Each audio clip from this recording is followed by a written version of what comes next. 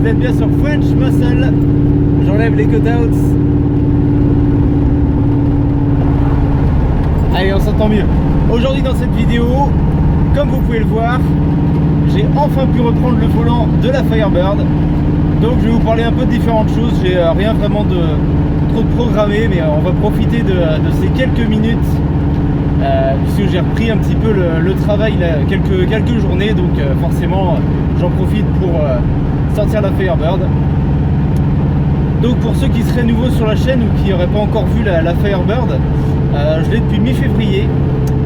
C'était mon souhait en fait de trouver une pony car ou muscle car en boîte manuelle. Et là vous la voyez pas, mais elle est ici, hein, le levier est juste là. Et donc c'est un modèle 1967, la première année des Firebird, avec le V8 400 cubic inch, 6 litres 6 de cylindrée. Boîte manuelle, donc très mec, 5 vitesses, donc c'est une boîte récente, hein, beaucoup de choses ont été modifiées sur cette voiture.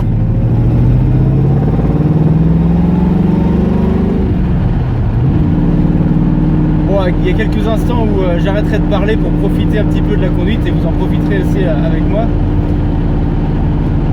Donc cette voiture, bon, pour l'instant, elle excède même ce que j'attendais d'elle, hein. Si vous avez manqué ces vidéos-là, hein, j'ai fait un petit road trip à l'autre bout de la France pour aller la récupérer. C'était vraiment une super aventure. Allez voir cette vidéo. Et donc, depuis que je l'ai, j'ai plus eu en confinement que en mode sans confinement. Donc là, j'en profite enfin de pouvoir l'utiliser. Un petit tunnel là en même temps.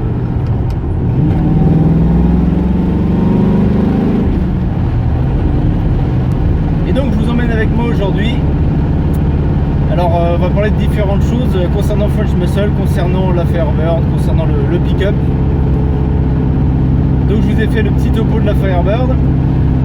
Donc maintenant les vidéos qui sont sorties ou qui sont à sortir sur French Muscle, comme vous avez pu le voir dernièrement, il y a eu deux types de vidéos.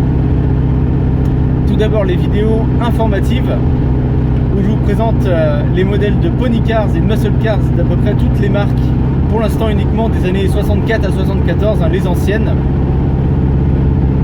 Donc là j'ai fait Mopar, General Motors, Ford Motor Company, AMC. Et les prochaines vidéos seront sur les Youngtimers. Donc ça j'ai hésité à la faire parce que je m'y connais pas du tout. Et bon là j'ai appris à connaître ces modèles. Donc une vidéo sur les Youngtimers, une vidéo complète sortira bientôt. Et aussi sur les muscle cars récentes, donc à partir des années 2000. Il y a un autre type de vidéo aussi que vous avez en ce moment, c'était les compilations des abonnés. Donc vous m'avez envoyé des vidéos de vos V8. Donc là vu que j'en ai eu pas mal, je pense que je vais en rester là, mais c'était super sympa comme type de vidéo.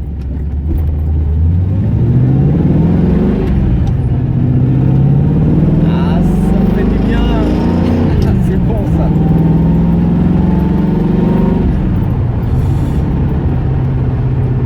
Donc les prochaines vidéos, elles risquent d'être plus la fin de la série sur toutes les marques.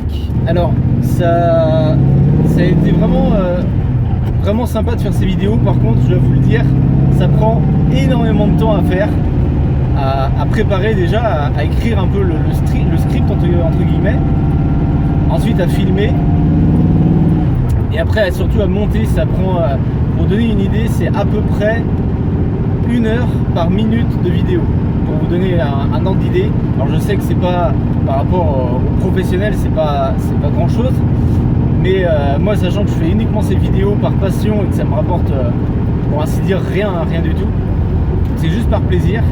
C'est vrai que c'est énormément de temps à passer.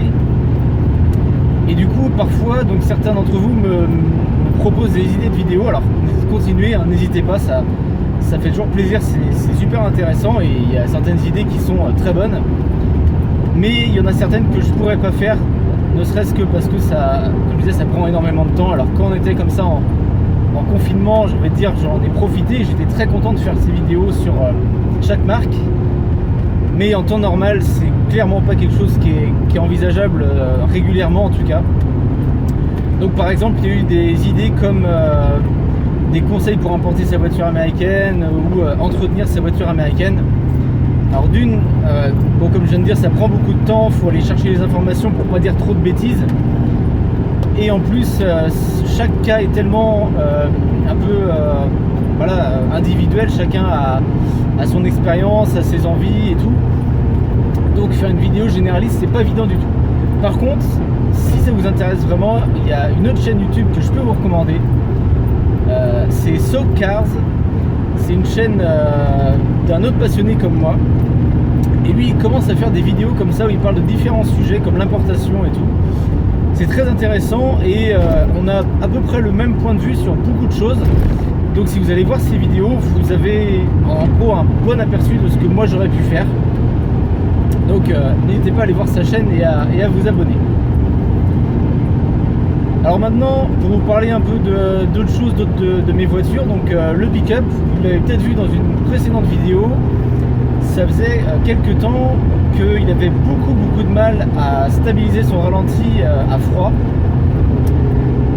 Et bon, la période de confinement est arrivée, j'en avais besoin très rarement, ou c'était occasionnel, donc j'avais pas envie trop de pousser la recherche. J'ai quand même pris le temps d'y regarder, et comme j'expliquais dans la vidéo, après avoir regardé surtout le carburateur, il s'est avéré qu'en fait ça venait des bougies que j'avais changées pas longtemps avant, et je m'en étais pas vraiment rendu compte. En fait, je pense que la cassure, on va dire, s'est faite à peu près à ce moment-là. Donc quelqu'un m'a pointé du doigt un peu cette chose-là, et pas manqué, en remettant celle d'avant, ça marche beaucoup mieux. Alors j'en ai quand même commandé des neuves, parce que les autres étaient vraiment à changer, mais j'ai du coup pour cette fois trouvé exactement les mêmes références. Parce qu'avant j'avais été dans un magasin automobile, malheureusement on voit ce que ça donne. Donc là j'ai pris exactement les mêmes références, donc en neuf ça devrait être beaucoup plus adéquat. Donc prochainement je ferai ça. Alors sachant que la première fois que j'avais changé les bougies avec Florian, on avait galéré, il m'avait fabriqué un outil sur mesure. Il faut un peu se contorsionner entre les collecteurs d'échappement. Maintenant que j'ai tout ce qu'il faut, les outils, et que je connais un peu la technique pour chaque bougie, je l'ai fait l'autre jour en beaucoup moins de temps et c'est très agréable. Donc là, dès que je reçois les bougies, je les mets et je vais pouvoir rouler les autres fois où j'aurai l'occasion d'aller au travail comme ça avec le pick-up.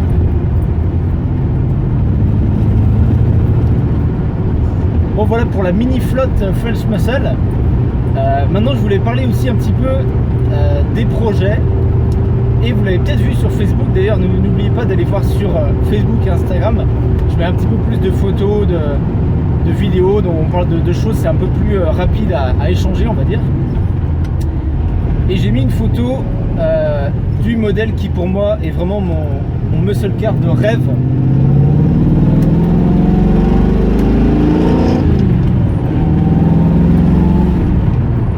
Donc mon muscle car de rêve, c'est la Plymouth Roadrunner de 69, mais pas n'importe laquelle, une avec l'option A12, A12 en anglais.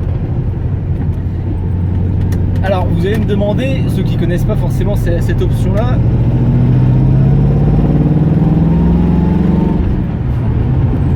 vous allez me demander donc qu'est-ce que c'est que cette option. Je ne vois pas comment une option comme ça, une simple option, pourrait faire une telle différence. Alors l'option A12, elle prenait une Roadrunner et elle enlevait vraiment, même si déjà la Roadrunner de base était un modèle assez dénué de toute option superflue pour le drag racing, pour juste les courses de rue, elle enlève encore plus de choses et elle pousse la puissance au maximum.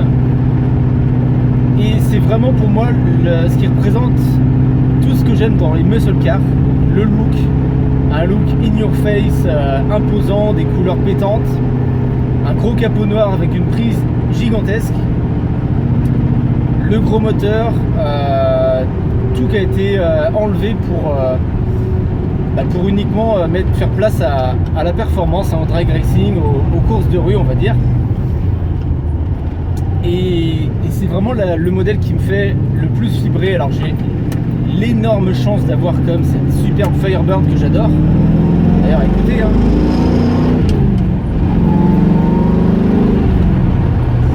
Mais s'il y avait avait une chose qui pourrait maintenant me faire changer, ça serait vraiment pour passer sur un modèle comme ça. Alors évidemment, un A12 d'origine, c'est quasiment intouchable pour moi. Je me fais pas d'illusions. Et je me dis pourquoi pas en prochain projet faire une réplique, ce qu'on appelle aussi un clone, trouver une base de Roadrunner ou de satellite et la refaire au plus proche. Alors pas forcément avec 440 six-pack, mais peut-être un 383 avec un carbu 4 corps, mettre le bon capot, les bonnes jantes, enfin voilà, faire on va dire un Roadrunner qui ressemblerait un peu à une option A12. Alors sans mettre les fausses décalcos, les fausses décos. Moi j'aime pas trop les clones où il y a les fausses décos si par exemple le moteur ne correspond pas. Donc voilà. Donc dites-moi ce que vous pensez un peu d'un projet comme ça. Je sais pas du tout si ça verra le jour un jour. C'est quelque chose comme ça que j'ai en tête. Mais bon, ça me ferait plutôt plaisir. En plus, si je pouvais en trouver un en boîte manuelle comme l'a fait Airbird, là ça serait le top.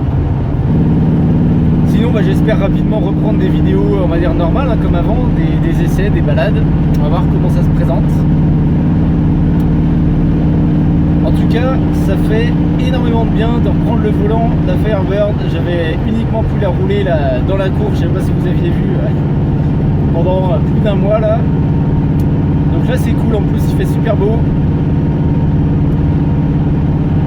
Donc là, avant d'arriver à une portion où je pourrais vous faire encore écouter un petit peu les cutouts, faut vous dire que la prochaine vidéo qui sort, je suis en train de la monter maintenant, si tout va bien, ça sera sur les Young Timers. Donc, comme je disais tout à l'heure, c'est pas le sujet où je suis le plus au point, mais en faisant mes recherches, c'est vrai que j'ai trouvé pas mal de modèles intéressants. Alors certains que vous connaissez forcément, d'autres peut-être moins. Alors j'ai peut-être pas été jusqu'au bout, il y a peut-être encore d'autres modèles qui auraient été aussi intéressants, mais comme je vous disais, c'est du temps à passer et malheureusement je peux pas aller non plus vous donner toutes les informations. Il y a tellement de choses différentes, mais en tout cas sur toutes les autres qui sont sorties jusque là, que je disais tout à l'heure, Mopar, GM, Ford et AMC, ça m'a permis aussi moi d'apprendre pas mal de choses. J'espère que c'est une petite série de vidéos qui vous plaît. Alors que là on va arriver à l'endroit où je vais pouvoir ouvrir un peu les cutouts. Je vais m'arrêter de parler et je vais juste vous laisser profiter de cette petite balade en Firebird 67. Allez, c'est parti.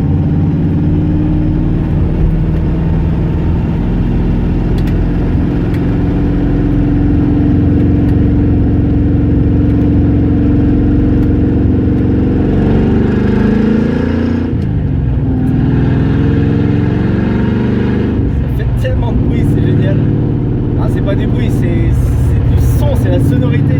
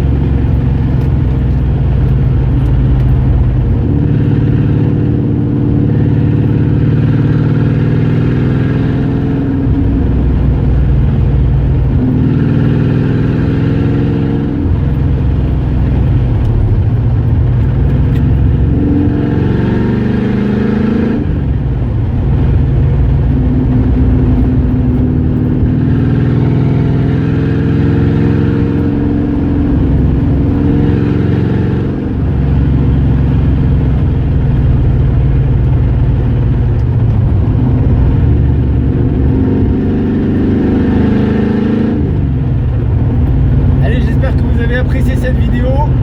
Comme d'habitude, n'oubliez pas de laisser un petit j'aime sous la vidéo, de commenter, d'aller voir les réseaux sociaux, Facebook et Instagram, Et moi je vous dis à la prochaine sur French Muscle.